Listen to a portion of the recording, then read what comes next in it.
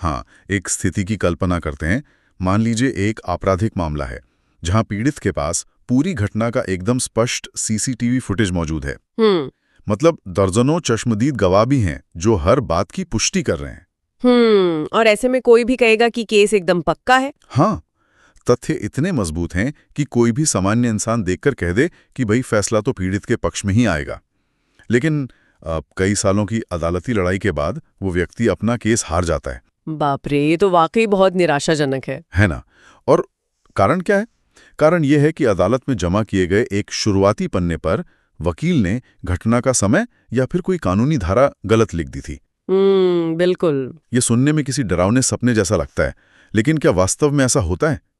आज के हमारे इस गहन विश्लेषण का जो मुख्य विषय है वो इसी सवाल के इर्द-गिर्द घूमेगा। बहुत ही दिलचस्प विषय है। श्रृंखला, एफआईआर से फैसले तक, आपराधिक विधि ड्राफ्टिंग श्रृंखला।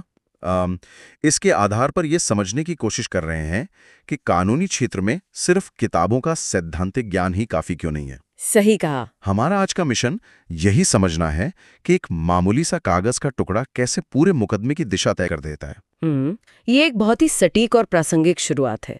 देखिए, समाज में अक्सर ये धारणा होती है कि अदालतें केवल गवाहों के आंसुओं पर या वकीलों के तेज आवाज और भावुक अपीलों पर चलती हैं। हाँ, जैसा हम हमेशा फिल्मों में देखते हैं, तारीख पे तारीख और वो सब। बिल्कुल, लेकिन वास्तविकता इसके एकदम विपरीत है।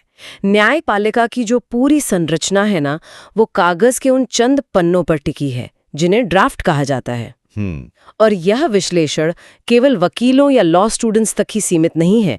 यह कानूनी प्रक्रिया के भीतर काम करने वाले तंत्र को समझने के इच्छुक हर जिज्ञासु मन के लिए है। सही बात है। ये जानना वाकई दिलचस्प है कि मजबूत से मजबूत सबूत भी अदालत में तब तक अस्तित्वहीन माने जाते हैं, मतलब उनका कोई मोल नहीं है जब तक कि उन्हें सही कानूनी भाषा में कागज पर न उतारा जाए। और यहीं पर वरिष्ठ अधिवक्ता मनीष शुक्ला जी का वो महत्वपूर्ण अवलोकन सामने आता है जो इस पूरी चर्चा की नींव है। जी। उनके अनुसार आपराधिक मामलों में अक्सर ये देखा जाता है कि तथ्य यानी जो फैक्ट्स हैं वे बहुत मजबूत होते हैं, लेकिन फिर भी केस हार की कगार पर पहुंच जाता है। क्योंकि ड्राफ्टिंग कमजोर होती है। बिल्कुल। इसका एकमात्र कारण है कमजोर या गलत ड्राफ्टिंग। स्रोतों में उन सामान्य लेकिन घातक त्रुटियों का बहुत गहराई से विश्लेषण किया गया है जो शुरुआती शिकायतों में अक्सर हो जाती हैं। जैसे कि घटनाक्रम का सही क्रम में ना होना। हाँ, या फिर गलत कानूनी धाराओं का उपयोग, या सबसे जरूरी प्रार्थना, जिसे कानूनी भाषा में प्रेयर कहते हैं, उसका स्पष्ट न होना। बिल्कुल सही। लेकिन रुकिए, यहाँ मेरे दिमाग में एक बहुत ही तार्किक सवाल आ रहा है। क्या ये न्याय प्रणाली की विफलता नहीं है? आप ऐसा क्यों सोचते हैं? मतलब अगर एक जज का काम सच्चाई खोजना है और वो अपनी आंखों से देख रहा है कि सबूत मौजूद हैं, तो वो महज एक कागज के टुकड़े पर लिखी गलत व्याकरण या प्रेयर की तकनीकी कमी के कारण किसी असली पीड़ित को न्याय देने से मना कैसे कर सकता है? ये एक बहुत ही स्वाभाविक सवाल है। क्या अदालतें सचमुच इतनी नाजुक और संवेदनहीन होती हैं? ये एक ऐसा सवाल है जो अक्सर हर उस इंसान के मन में आता है जो पहली बार अदालत की प्रक्रिया को देखता है। लेकिन इसे संवेदनहीनता के बजाय न्यायिक निष्पक्षता के चश्मे से देखना होगा। न्यायिक निष्पक्षता? वो कैसे? देखिए, अदालतें भावनाओं या धारणाओं पर नहीं चलती हैं। वे ये नहीं मान सकती कि कोई व्यक्ति दुखी दिख रहा है इसलिए उसे कुछ तो राहत मिलनी ही चाहिए। सही है। अदालतें पूरी तरह से उन सटीक शब्दों और कानूनी मापदंडों पर काम करती हैं जो ड्राफ्ट में लिखे हैं। ठीक है। इसे एक उदाहरण से समझते हैं। हाँ, बिल्कुल। मान लीजिए किसी मामले में धोखाधड़ी हुई है। वकील ने ड्राफ्ट में ये प्रेयर की है कि धोखे से बनाए गए अग्रीमेंट को रद्द किया जाए। ठीक है। अब जज सबूतों को देखकर अग्रीमेंट रद्द कर देते हैं, लेकिन वकील ड्राफ्ट में ये लिखना भूल गया कि पीड़ित का जो पैसा डूब गया है वो भी वापस दिलाया जाए। बाप रे। अब जज खुद अपनी मर्जी से वो पैसा वापस दिलाने का आदेश नहीं दे सकते। ऐसा क्यों?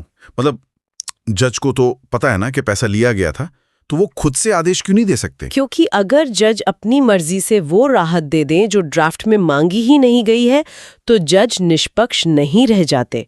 वे एक तरह से एक पक्ष के वकील बन जाते हैं। ओह, अब समझ में आया। और दूसरी बात, बचाव पक्ष को केवल उसी बात का जवाब देने का मौका मिलता है जो ड्राफ्ट में लिखी होती है। यानी जो आरोप लिखित में है ही नहीं, उसका बचाव कैसे होगा? एकदम सही। अगर ड्राफ्ट में पैसे वापसी की मांग ही नहीं थी, तो बचाव पक्ष ने उस पर अपना बचाव तैयार ही नहीं किया। इसीलिए अगर मांग ही स्पष्ट नहीं है तो न्याय देना तकनीकी रूप से असंभव हो जाता है। ये तो बहुत ही आंखें खोलने वाली बात है ना?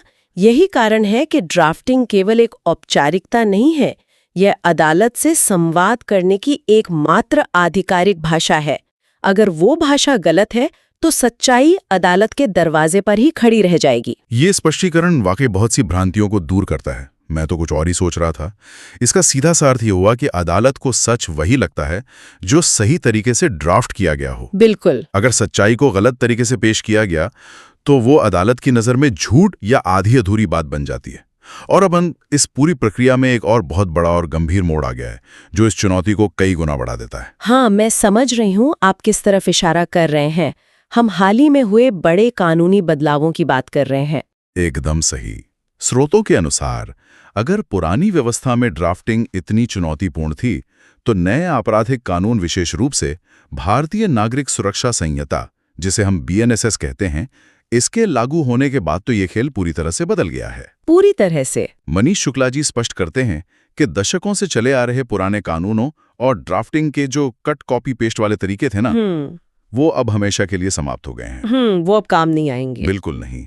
अब हर एक ड्राफ्ट में सही प्रावधान, एकदम सटीक भाषा और स्पष्ट उद्देश्य का होना अनिवार्य हो गया है। और ये बदलाव महज कुछ धाराओं के नंबर बदलने तक सीमित नहीं है। हाँ। ये पूरी प्रक्रिया के आधुनिकीकरण का मामला है। हाँ। अगर हम इस बदलाव के आम बड़े चित्र यानी बिगर पिक्चर को समझें तो ये बदलाव कानूनी पेशे से जुड़े लोगों को अपनी भाषा और सटीकता को आधुनिक प्रक्रियाओं के साथ अलाइन करने के लिए मजबूर कर रहा है। जैसे कि कोई उदाहरण? उदाहरण के लिए BNSS में इलेक्ट्रॉनिक साक्ष्यों और तय समय सीमाओं यानी टाइमलाइंस पर बहुत जोर दिया गया है। अगर ड्राफ्ट करने वाले ने शुरुआत में ही डिजिटल साक्ष्यों की चेन ऑफ कस्टडी का सही विवरण नहीं दिया तो नया कानून उस साक्षी को तुरंत खारिज कर सकता है। इसे समझने के लिए मैं एक मेटाफर का इस्तेमाल करना चाहूंगा। जी बताइए। पुरानी व्यवस्था एक मैनुअल कार चलाने जैसी थी। अगर क्लच थोड़ा गलत भी दब गया तो गाड़ी झटके खाकर ही सही लेकिन आगे बढ़ जाती थी। हाँ, काम चल जाता था। वकील बाद में अपनी गलतियों को बहसों के दौरान सुधारने की कोशिश कर लेते थे।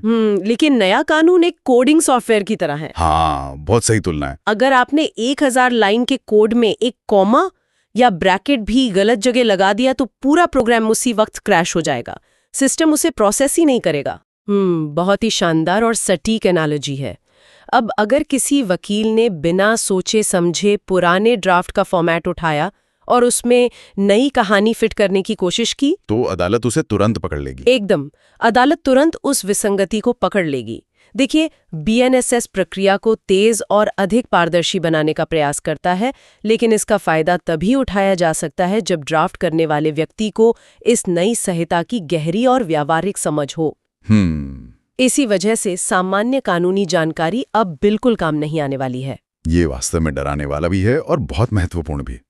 अब इन नए और उच्च जोखिम वाले नियमों को समझने के बाद सवाल ये उठता है कि इस जटिल प्रक्रिया को वास्तव में कदम दर कदम कैसे पार किया जाए। सही बात है। क्योंकि केवल ये जान लेना काफी नहीं है कि गलतियां होती हैं, ये जानना जरूरी है कि सही तरीका क्या है और ये तंत्र काम कैसे करता है। बिल्कुल, और यहीं पर इस नई श्रृंखला का वो हिस्सा काम आता है जिसे अधिवक्ता अमन बाजपेयी जी ने बहुत विस्तार से समझाया है। जी। उन्होंने संपूर्ण लिटिगेशन जीवन चक्र यानी लिटिगेशन लाइफ साइकिल, इसका एक स्पष्ट और चरणबद्ध ब्लूप्रिंट प्रस्तुत किया है। ये समझना आवश्यक है कि कानूनी लड़ाई कोई एक दिन का इवेंट नहीं है।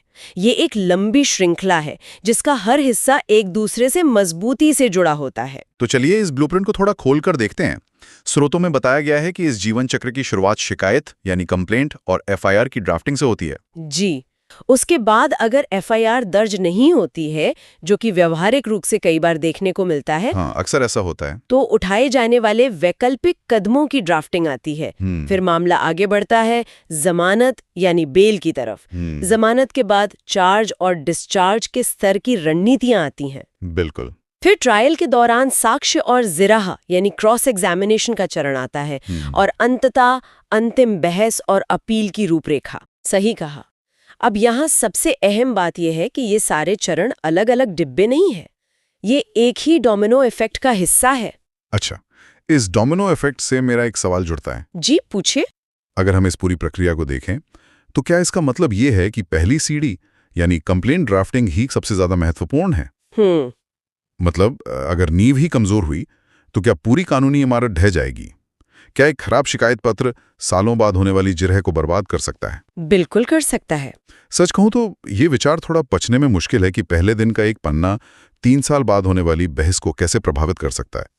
क्या आप इसे किसी असल कार्यप्रणाली से समझा सकती हैं? ये बहुत ही बेहतरीन सवाल है और यही वो जगह है जहां सारा खेल पलटता है। इसे एक मैकेनिज्म के रूप में समझते हैं। ठीक है। मान लीजिए कि किसी व्यक्ति के साथ मारपीट हुई। उसके वकील ने जल्दबाजी में एक शिकायत ड्राफ्ट की और उसमें सिर्फ इतना लिखा कि आरोपी ने मुझ पर हमला किया। ये शिकायत पुलिस के पास गई, उसी आधार पर एफआईआर दर्ज हो गई। ठीक है, यहां तक तो सब सामान्य लग रहा है। असली समस्या 3 साल बाद आती है जब मामला ट्रायल पर पहुंचता है और जिरह यानी क्रॉस एग्जामिनेशन शुरू होती है। अच्छा। कोर्ट रूम में पीड़ित कटघरे में खड़ा होता है। बचाव पक्ष का वकील पूछता है, क्या आरोपी ने आप पर किसी हथियार से हमला किया था? पीड़ित कहता है, हाँ, उसने मुझे लोहे की रॉड से मारा था। ठीक है। अब बचाव पक्ष का वकील तुरंत वो 3 साल पुरानी शुरुआती शिकायत अदालत के सामने रखता है और कहता है, जज साहब, अगर लोहे की रॉड से हमला हुआ था तो इस पहली शिकायत में उस रॉड का जिक्र क्यों नहीं है? बाप रे, फंस गया। बिल्कुल। वकील कहेगा, इसमें तो सिर्फ हमला लिखा है। इसका सीधा मतलब है कि ये लोहे की रॉड वाली बात एक झूठी मनगढ़ंत कहानी है जो बाद में सोची गई है। और बस इसी एक सवाल से पीड़ित की विश्वसनीयता खत्म हो जाती है। केस वहीं ताश के पत्तों की तरह ढह जाता है। बाप रे, इसका मतलब है कि शुरुआत में की गई एक छोटी सी भूल, केवल एक शब्द का छूट जाना, सालों बाद बचाव पक्ष के लिए एक ऐसा हथियार बन जाता है जिससे वे पूरे केस को काट सकते हैं। एकदम सही। ये स्पष्ट करता है कि प्रभावी शिकायत लिखना केवल औपचारिकता नहीं है, बल्कि ये वो अदृश्य धागा है जो पूरे केस को बांध के रखता है।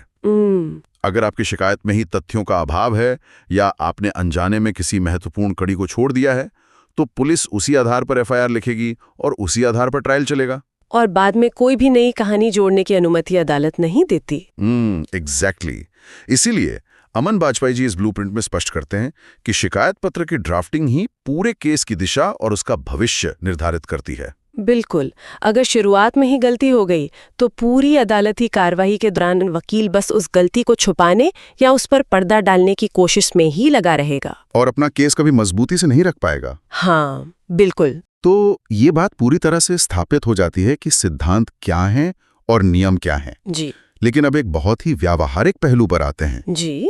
इन चरणों को जान लेना एक बात है, लेकिन इन्हें अदालत के वास्तविक और तनावपूर्ण माहौल में लागू करने के लिए केवल सैद्धांतिक ज्ञान तो काम नहीं आता। बिल्कुल नहीं। देखिए, सिद्धांत ये बताते हैं कि क्या करना है, लेकिन उसे कैसे करना है ये केवल व्यावहारिक उपकरणों यानी प्रैक्टिकल टूल से ही सीखा जा सकता है। इस ड्राफ्टिंग श्रृंखला के बारे में जो बात सबसे ज्यादा मूल्यवान है वो ये है कि ये कोई यूनिवर्सिटी का लेक्चर नहीं है।